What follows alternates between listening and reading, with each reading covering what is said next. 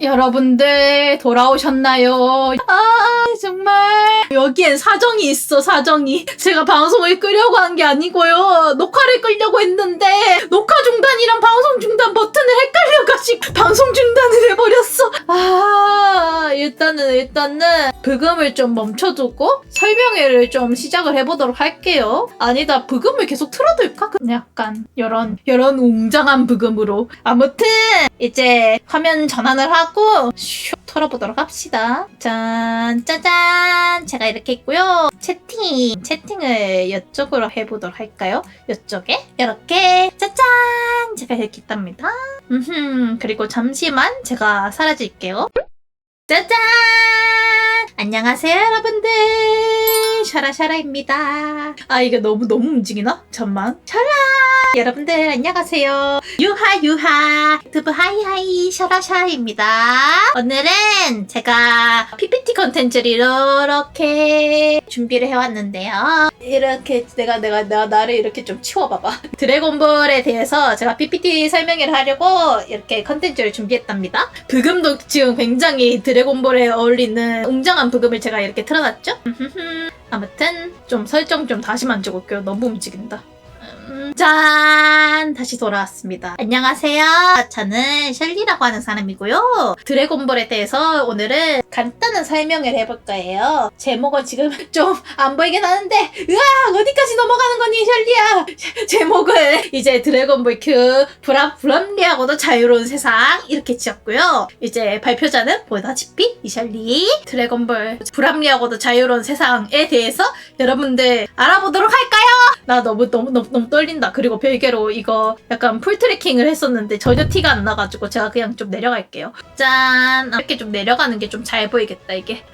풀 트래킹 이렇게 준비를 했었는데 아쉽네. 조금 이렇게 제가 손짓만으로 이렇게 좀 해보도록 하고요. 자, 목차 소개를 하겠습니다. 예? 드래곤볼의 큐어요? 어디라고 생각한 당신에게. 발표자와 컨텐츠 소개, 퀴어한 오타쿠들과 방구석 셜리, 드래곤볼의 세계, 그리고 드래곤볼에도 약간 퀴어한 캐릭터가 있을지도 모르잖아요? 그런 캐릭터들에 대한 이야기, 그리고 드래곤볼이 영향을 끼쳐가지고 생겨난 약간 좀 퀴어적으로 해석할 수 있는 작품들에 대해서 오늘은 얘기를 나눠보려고 해요. 이 흐름을 대충 보자면 이런 느낌이고요. 드래곤볼 굉장히 유명한 작품이죠. 이제 토리야마 아키하시께서 만드신 만화 작품이 있어요. 그거를 드래곤볼이라고 하는데, 그 만화는 약간 이렇게 쫙쫙쫙쫙쫙쫙 하고 이렇게 좀 싸우는 만화류인데요. 그 만화에 퀴어적인 해석이 들어간다고? 그 해석이 대체 뭘까? 이렇게 생각을 해볼 수가 있을 것 같아요. 퀴어적인 해석을 어떻게 하면 좋을까? 이렇게 오늘 컨텐츠를 만들어가지고 이렇게 정리를 해서 왔고요. 바로 한번 들어가 보도록 할까요? 짜라라! 발표자 소개. 셸리님에 대해서 소개를 해볼까요? 짠! 셸리님은 어떤 사람인가? 저에 대해 웅장한 부금이 들 필요는 없긴 한데 드래곤볼 자체가 좀 웅장한 작품이랄까? 마저 틀어도록 할게요. 발표자 소개. 자, 셸리님 성소수자라고요? 네? 이 세상에 논바튜버 실존?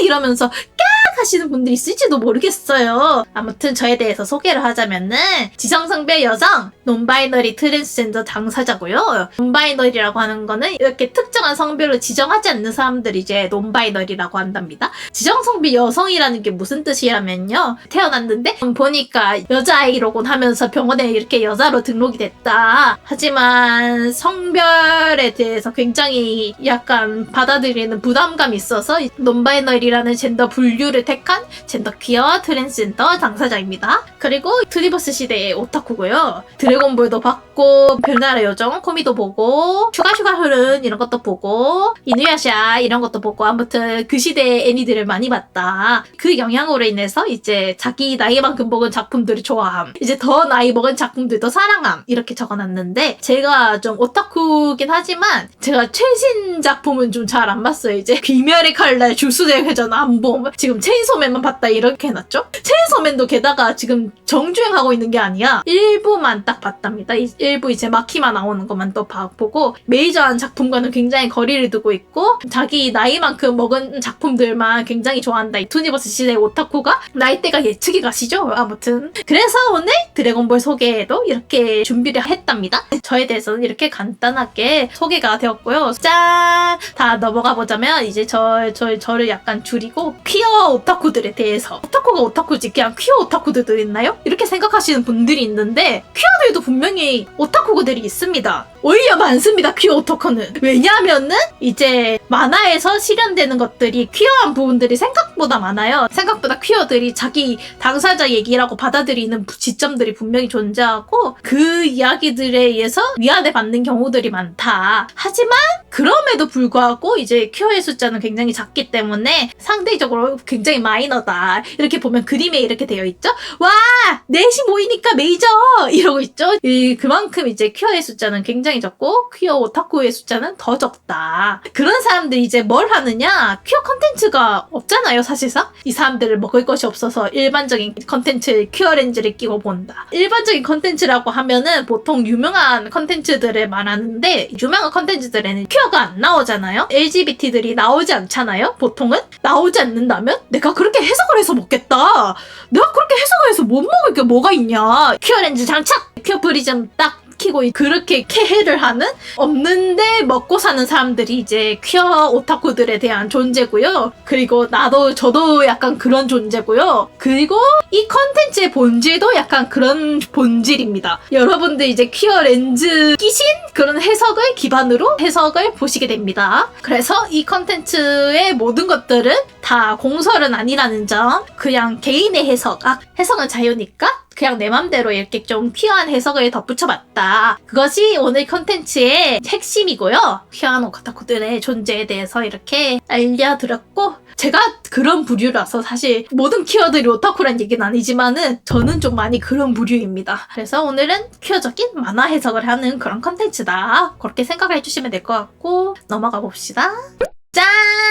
오늘의 주제는 바로 드래곤볼이죠. 드래곤볼의 토리야마 아키라 씨가 드래곤볼의 작가라고 아까 말씀을 드렸잖아요. 이제 토리야마 아키라 씨의 작품을 어떻게 퀴어적으로 해석할 수 있냐 먼저 얘기를 해보도록 해요. 약간 이게 내가 안 보이네. 내가 여기로 가자. 그냥 죄송합니다. 자꾸 이렇게 위치를 바꿔가지고 펜을 들고 있는 로봇이 이제 토리야마 아키라 씨고요. 토리야마 아키라 씨는 원래 이렇게 로봇을 굉장히 좋아하세요. 제가 첨부한 그림도 보면은 이렇게 다 엄청 메카닉에 중점이 많이 되어 있죠. 원래 이렇게 SF적인 톤을 굉장히 많이 까는 작가다. 이제 제가 오늘 들고 오진 않았지만 이 작가의 유일한 전작인 닥터 슬럼프도 이제 로봇인 여자아이가 주인공인 굉장히 컬트적인 인기를 끌었던 그런 작품이다. 토리야마 아키라는 굉장히 SF적인 세계관을 기조로 이렇게 딱 깔고 있고요. 그 세계관이 작품에서도 이렇게 은근하게 티가 나는 편이에요. 드래곤볼의 세계관에 대해서 좀 설명을 할 건데요. 드래곤볼의 세계관. 야! 하고 있는 50 있죠? 옆에 있는 피콜로라고 하는 캐릭터랑 베지터라고 하는 캐릭터예요. 피콜로는 무인편 최종 보스 캐릭터고요. 50의 라이벌적인 캐릭터고요. 근데 실질적인 라이벌로 평가되는 캐릭터는 이제 여러분들도 다들 아실 것 같은 베지터라는 캐릭터가 50의 실질적인 라이벌인 캐릭터예요. 자, 적어도 설명을 봅시다. 드래곤볼의 세계관. 다들 잊었겠지만 놀랍게도 베지터는 침략당한 왕국의 왕자다. 베지터는 베지터 왕국의 왕자라고 해가지고 이름이 베지터랍니다. 50도 사이어인이라는 종족이지 지구인이 아니에요. 50은 엄밀히 따지면 그냥 사이어인이라는 외계인인 거예요. 50은. 그리고 이제 피콜로도 나메크인이라는 외계인이고요. 50이 막 지구인이랑 결혼해가지고 애를 낳아요. 여기 옆에 있는 오바니라고 하는 애였고요. 걔도 약간 얘도 사이어인의 피가 흘러 이러면서 사이어인이다 이러는 느낌이지 이 지구인으로 이렇게 평가를 해주진 않아요. 지구인이 아니다라고 한 부분을 제가 왜 들고 왔냐면은 이 지구인이 아니다라고 하는 부분이 굉장히 중요한 포인트예요. 사람들이 퀴어하다고 해석하는 어떤 지점이냐면 조금 별난 존재들, 일반성과 떨어진 그런 사람들을 보통 퀴어들은 이 지점을 퀴어하다고 생각하거든요. 이반이라는 옛날 표현이 있잖아요. 일반이랑은 다른 이반이라는 그런 뜻에서 만들어진 표현이에요. 그래서 그 특이성이 굉장히 퀴어한 지점으로 해석이 많이 된다. 특히 드래곤볼도 그런 지점이 있다. 드래곤볼의 주인공들은 전부 지구인이 아니고 이방인들이고 이방인들이 세계를 지켜나가는 그런 이야기가 바로 드래곤볼의 세계관이라고 보면 되실 것 같아요. 그런 세계관 속에서 이런 외계인들이 어떻게 지구를 지켜나가느냐 그런 이야기를 하는 것이 드래곤볼의 세계관이기 때문에 퓨어렌즈를 적용해가지고 드래곤볼의 캐릭터들을 한번 살펴보자면 퓨어렌즈라고 하는 건 아까도 말씀을 드렸다시피 일단은 장착을 하면은 모든 것을 퓨어하게 해석하는 그런 거라고 생각하시면 될 것 같아요. 딱히 원작은 그렇지 않지만 퓨어 오타쿠들 이제 먹을 것이 없으니까 그런 식으로 해석을 많이 해서 뭐 소비를 하곤 한다 생각을 해주시면 될 것 같고요. 이제 퓨어렌즈 적용해서 드볼 캐릭터들을 보자면 어떤 느낌인지 한번 알아보도록 할까요? 냅다 에로티시즘이라고 적어놨는데 이 브롤이라는 캐릭터가 있거든요. 이 캐릭터를 왜 에로티시즘이라고 표현을 했냐면은 극장판에만 나오는 오리지널 캐릭터거든요. 애니 오리지널 캐릭터예요. 이 브롤이라는 캐릭터는 패션도 약간 속되게 말해서 오 완전 게이 같은데? 라고 이렇게 말하시는 분들이 계시죠. 좀 속되고 좀 안 좋게 좀 말씀하시는 거지만 그거는 실제로도 약간 사람들이 그렇게 느낀다는 거거든요. 아무튼 그런 퀴어한 디자인적 해석 여지가 있다고 생각을 해서 들고 왔고요. 이 캐릭터에 대해서 설명을 드리자면은 약간 구속을 당하는 캐릭터다. 억압을 당하고 저기 저 머리에 있는 저 관이라던가 저 장식품 같은 게 다 제어 장치거든요. 자유를 찬탈당한 캐릭터. 맞아요. 자유를 찬탈을 당했어요. 완전 억압당하고 자기가 정말 강한 사이어인인데 그 모든 힘을 다 봉인을 당하고 가라게 돼요. 이 캐릭터가. 그래가지고 나중에 좀 미쳐가지고 모든 것을 다 파괴하고 그런 캐릭터란 말이죠. 그게 굉장히 좀 대표적인 퀴어적인 서사라고 볼 수 있어가지고 제가 이렇게 브롤이라는 캐릭터를 들고 왔고요. 브롤이보다는 중점으로 되게 얘기하고 싶은 캐릭터들이 있는데 이 캐릭터들이 바로 50 외의 외계인 종족들이다. 여 가운데 있는 여 보라색, 흰색,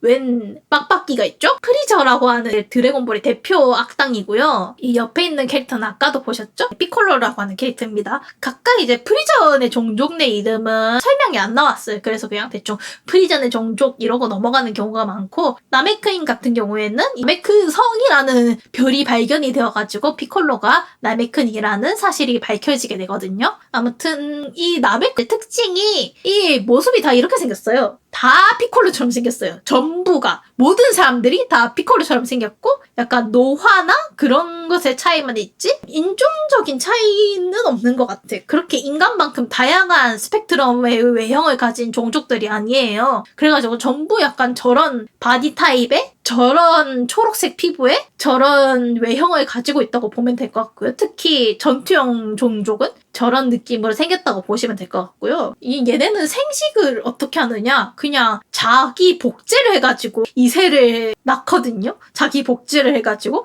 약간 입으로 엑 하고 토해가지고 얘네는 성별이 필요가 없는 존재들인 거예요. 뭐 프리저도 설명이 안 나왔지만은 대충 그런 느낌의 단성 종족이다. 그렇게 보시면 될 것 같고 그러면 이제 이 외계인들한테 성별이라는 개념이 존재하느냐? 프리저에게는 아버지가 존재해요. 설정적으로 존재하고요. 좀 애니 오리지널 설정이지만 형도 있어요. 쿠라라고 하는 형이랑 콜드 대왕이라고 하는 아버지가 존재하거든요. 근데 또 보면은 남성형의 종족들밖에 없다. 그러니까 드래곤볼의 세계관에서는 남성 형태에 있는 그 바디 형태가 남성 그렇게 고정이 되어 있는 무성의 존재들이라고 저는 해석을 했어요. 그래서 저런 식으로 약간 생식을 위한 생식기도 좀 전혀 없는 그렇게 타입이고 사실 남성에 비슷하게 생겼지만은 남성은 아닌 그런 캐릭터들이라고 제가 생각을 했습니다. 하지만 이 캐릭터들의 젠더에 대해서 또 고민을 해보자면은 그건 또 해석이 달라질 수 있겠죠? 근데 그 얘기까지 하면은 제가 너무 오타쿠 필리버스터를 하는 것 같아서 넘어가도록 하고요. 아무튼 제 생각에는 프리전의 종족은 젠더 개념이 존재하지 않을 것 같다. 나메크인도 마찬가지다. 젠더 개념도 존재하지 않고 성별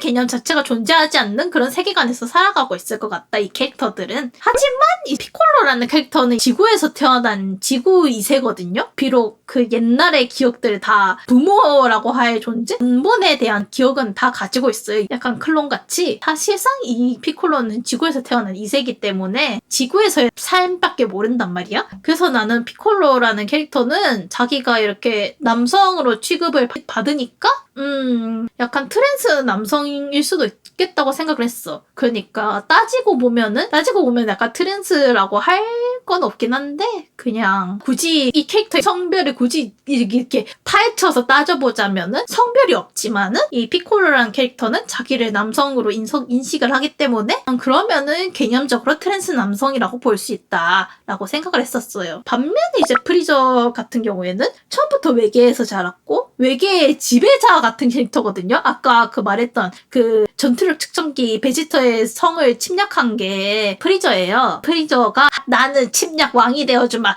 이 우주의 지배자가 될 거다 이러면서 다 이 모든 별들을 다 정복해 나간 그런 설정이고요. 얘네는 그렇기 때문에 프리저는 굳이 자기 사회에 없는 개념을 하찮은 필멸자들한테 이렇게 강요를 할 필요가 없다. 프리저는 그런 계급의 캐릭터다라고 생각을 해서 프리저는 아마 젠더 개념을 전혀 받아들이지 않을 거라고 생각을 했답니다. 저 같은 경우에는 그런 해석을 가지고 있다. 그렇기 때문에 이제 드래곤볼의 캐릭터도 저의 해석을 예시로 들면 좀 퓨어하게 바라볼 수 있지 않을까라고 생각을 했습니다. 그 외에도 아까 얘기했듯이 베지터란 캐릭터나 뭐 오공이란 캐릭터나 다 지구인들이 아니에요. 사이언이라는 종족들이고 그 캐릭터들은 이방인 존재들이다. 굉장히 퀴어한 해석으로 많이 받을 수 있고 퀴어들이 굉장히 공감을 많이 한다. 드래곤볼에 또 약간의 퀴어성이 있을 수 있다라고 그렇게 셜리가 해석을 했다고 알아주시면 될 것 같아요. 넘어가 봅시다. 드볼이 재해석된 케이스. 이 작품 완전 드볼이에요, 여러분. 아, 뭔데 이렇게 호들갑을 떠세요, 셜리님. 이렇게 할 수도 있어요. 여기도 마찬가지로 적어놨지만 공식 오마주 아닙니다. 발표자 셜리의 해석이고요. 하지만 이렇게 해석을 해보는 것도 재밌지 않을까라고 생각을 해서 들고 드래곤볼이 재해석된 케이스의 다른 작품을 설명을 해드리자면 이 작품 뭔지 혹시 예상이 가세요, 여러분? 혹시 예상 가는 작품 있으세요? 바로 이제 공개를 하자면은 짠!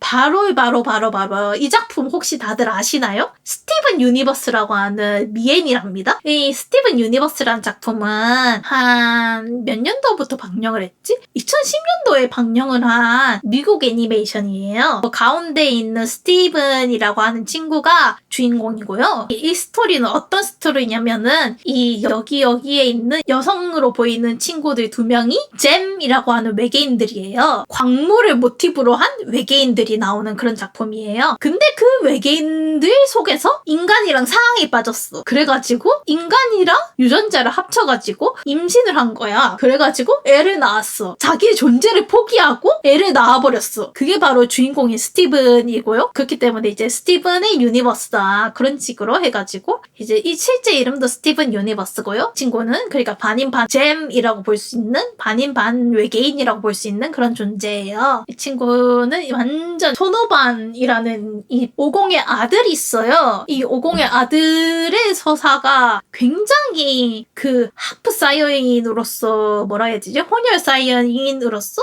굉장히 갈등을 많이 겪는 캐릭터라고 생각해요. 나는 평범하게 지구에 태어났고 이제 나는 지구의 삶에 뭐라고 해야 되지? 엄마의 기대가 있어요. 이 오반이란 캐릭터는 엄마가 되게 걱정을 많이 한단 말이야. 그래서 이 오반이는 공부를 해야 돼. 초록색 옷 입은 완전 애기 시절에는 뭐 싸움이고 뭐고 아무것도 모르는 그런 애기였어요. 사이어인들이 지구를 침략을 하게 되면서 너 말고는 사이어인들을 쓰러뜨릴 수가 없다. 오바나 너 수련하자 이러고 냅다 갑자기 던져져가지고 수련을 하게 되는 케이스거든요. 왜냐하면 자기는 사이어인의 혼혈이니까 나는 그냥 이때까지 지구인으로 살았지만은 그냥 싸울 수밖에 없는 거야. 왜냐면 나만이 사이어인의 힘을 가지고 있으니까. 스티븐도 약간 그런 캐릭터거든요. 처음에는 그냥 굉장히 평범한 소년처럼 잼들의 기대를 좀 충족을 하려고 하고 점점 약간 너만이 성질을 물려받았다 이러면서 완전 기대를 그렇게 충족하는 그런 캐릭터예요. 리더로서의 역할을 이 고작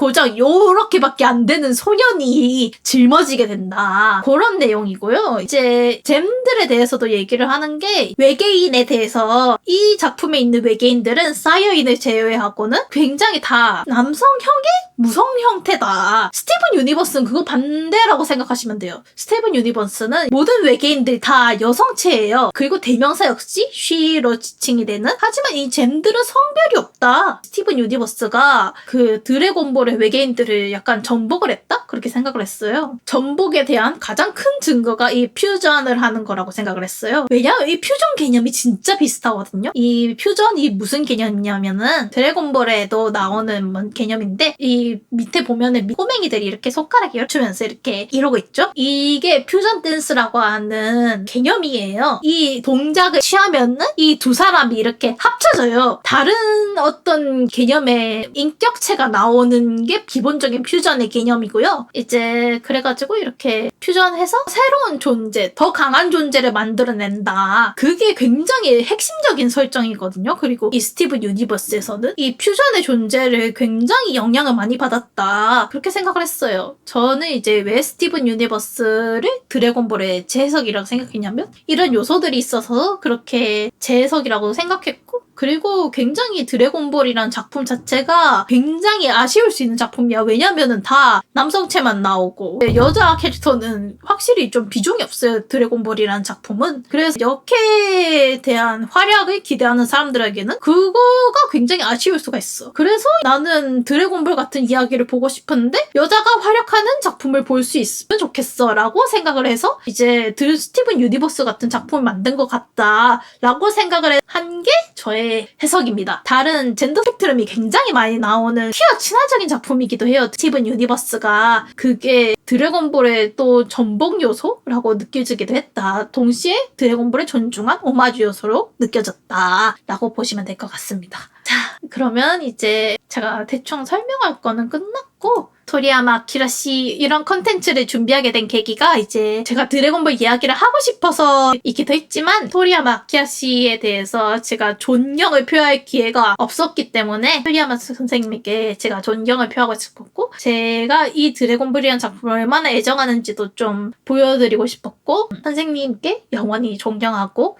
사랑하고 이런 작품을 만들어줘서 감사합니다 라는 그런 뜻을 담아서 이제 이 PPT를 마무리하려고 합니다. 아무튼 조금 더 얘기를 해보자면은 드래곤볼의 세계관에 대해서 좀 얘기를 해봅시다. 옆 페이지에서 제가 말했던 이제 이방인에 대한 이야기를 조금 더 하고 싶어요. 저는 왜냐면은 저는 이제 디아스포라라고 표현을 많이 하는데 이방인들의 존재에 대해서 디아스포라는 굉장히 퀴어들과 맞닿아져 있는 지점이 있다. 원래 디아스포라는 그 국적이라고 해야 되나? 그 완전 다른 나라에서 살고 있는 그런 분들을 뜻하는 거거든요. 외지인? 그런 느낌의 단어가 디아스포라거든요. 근데 젠더 디아스포라라고 하는 개념은 이제 그 디아스포라의 개념을 좀 더 확장을 시켜가지고 어디에도 속하지 않는 젠더 그런 느낌으로 받아들이시면 될 것 같아요. 논바이너리들이 조금 그런 부분에 속하는 게 있죠. 바이너리 트랜스젠더, 여성에서 남성, 남성에서 여성으로 전환이 되신 분들은 바이너리 트랜스젠더라고 하거든요.